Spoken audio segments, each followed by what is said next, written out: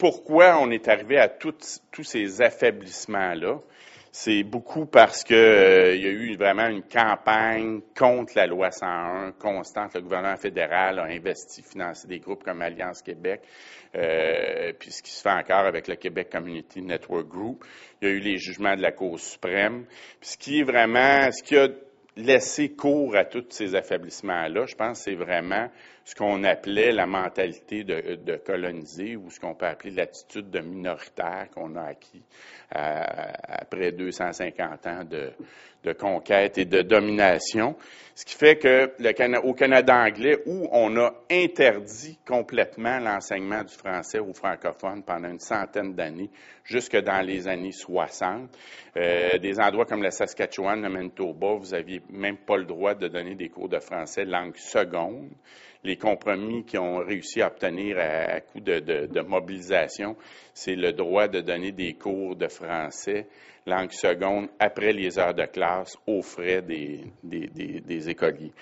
Donc, je pense qu'il faut vraiment expliquer le dossier. Ce qui est arrivé aussi, c'est qu'on a reculé, on s'est laissé culpabiliser. Bon, il y a eu la défaite de 80.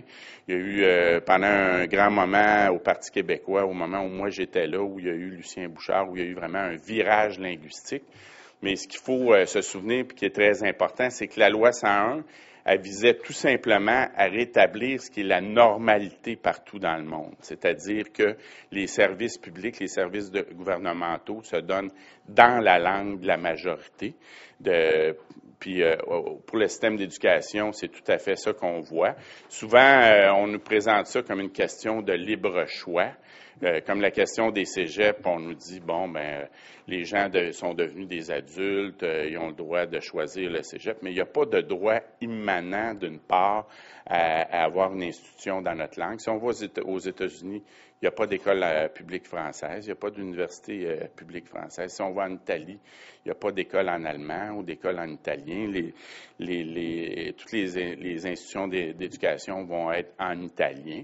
Alors, c'est ce qui permet vraiment d'inclure et d'intégrer tous les nouveaux arrivants. C'est ça qu'il faut établir au Québec. C'est sûr que je pense que, il y a l'application de la loi 101 au cégep qui amènera un progrès énorme. En ce moment, la Cour suprême a invalidé la loi 104. Puis le gouvernement Charest entérine ça avec sa loi 103. Alors ça va prendre une mobilisation très importante. Il y a un rassemblement qui s'organise là-dessus. Je suis sûr que vous allez tous y être. Puis je pense qu'il faut se remobiliser. Là, on a établi le mouvement Montréal français en 2006. À ce moment-là, la question linguistique, c'était vraiment un tabou. On n'entendait jamais parler. Depuis ce temps-là, on entend de plus en plus parler. Les gens commencent, il y a de plus en plus d'intervenants qui ont pris position pour l'application de la loi 101 au cégep. Puis je pense que ce qui est important là-dedans, c'est ça, c'est de bien comprendre ce qu'on demande.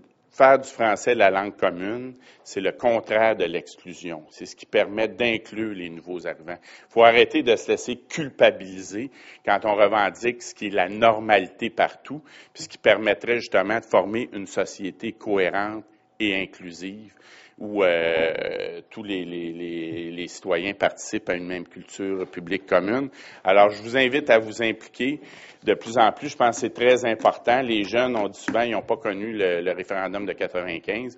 Ils ont encore moins connu la dernière mobilisation qu'il y a eu sur la langue, qui était en 93 contre la loi 86.